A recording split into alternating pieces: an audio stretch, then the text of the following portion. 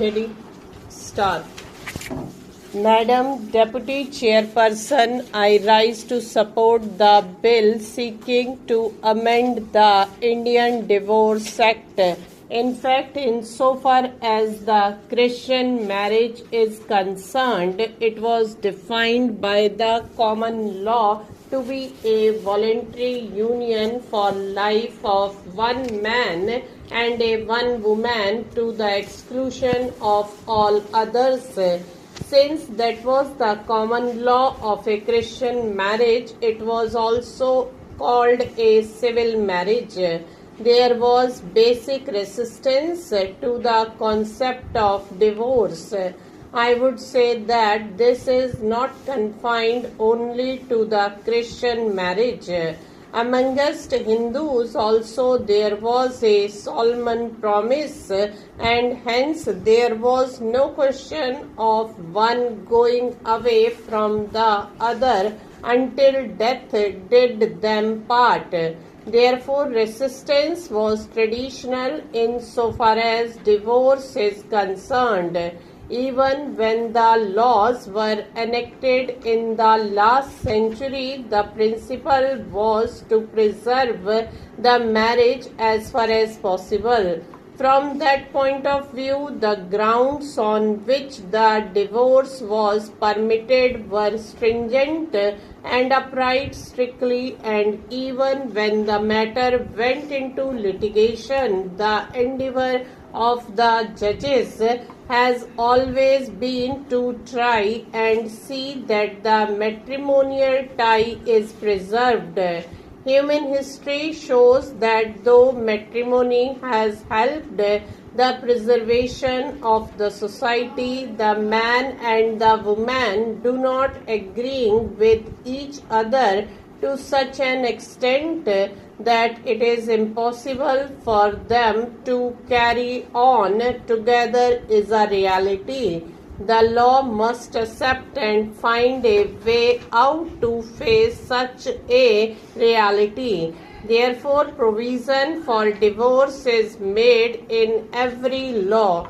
Insofar as the Indian Divorce Act is concerned, which itself is an anarchic legislation, and as the government had thought earlier it ought to go lock, stock and barrel and give way to a new enactment. In the archaic legislation, there was a clear gender discrimination which the present legislation seeks to do away with. As the Christian marriage is governed by this legislation, the Hindu marriage, the Muslim marriage and the Parsi marriage are governed by different sets of rules which designated to be part of the personal law. The history of personal law tells us that human relationships in the earlier era were not treated to be separable from one aspect or the other. Therefore, it had something to do with the faith of the individual and the community. The relationships were not merely matters of contract or convenience.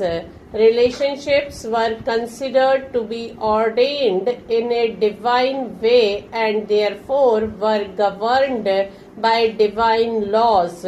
Naturally, religious persuasions were different and the communities had different ideas of relationships, and those ideas were governed by their own rules which were personal to the citizen who belonged to the community, which was not necessarily coextensive with the state. One can have a different angle by looking at it and say that the colonial rulers wanted to have a peaceful subject to govern and therefore did not want to disturb the sensibilities or sensitivities of those the ruler wanted to govern. Therefore, the ruler was interested in maintaining a status quo. The norms which could have been changed through evolution, through social reforms, remained stagnant because stagnancy was the aim of the rulers. After independence, the situation ought to have changed and a new approach ought to have emanated from our own rulers who were interested, who ought to have been interested not in the maintenance of status quo but in a desirable change. Unfortunately, that did not happen with the speed and comprehensiveness which for a national state was possible. There was an attempt at reform insofar as the law governing the Hindus is concerned, but in all that also there was resistance. But the resilience of the society, coupled with a desire for a change, persuaded the rulers of the people to bring about the necessary comprehensive changes in the personal law of Hindus were brought about in 1955 and 1956. Otherwise, a status quo was sought to be maintained by the present rulers with the same physique of the earlier colonial rulers, namely maintain the status quo.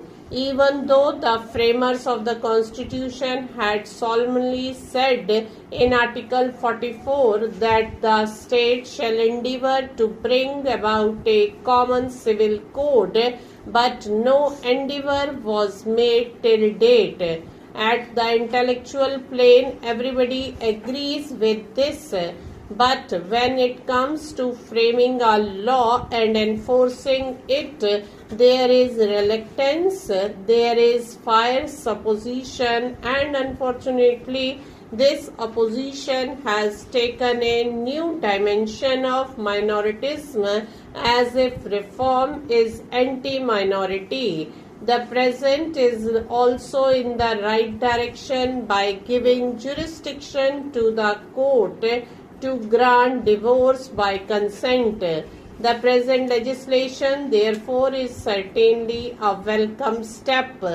But if we look at social reforms from a national point of view, it can be termed to be a step in the right direction, but a step which does not cover much of the ground. The Hindus, for example, do not consider marriage to be a contract.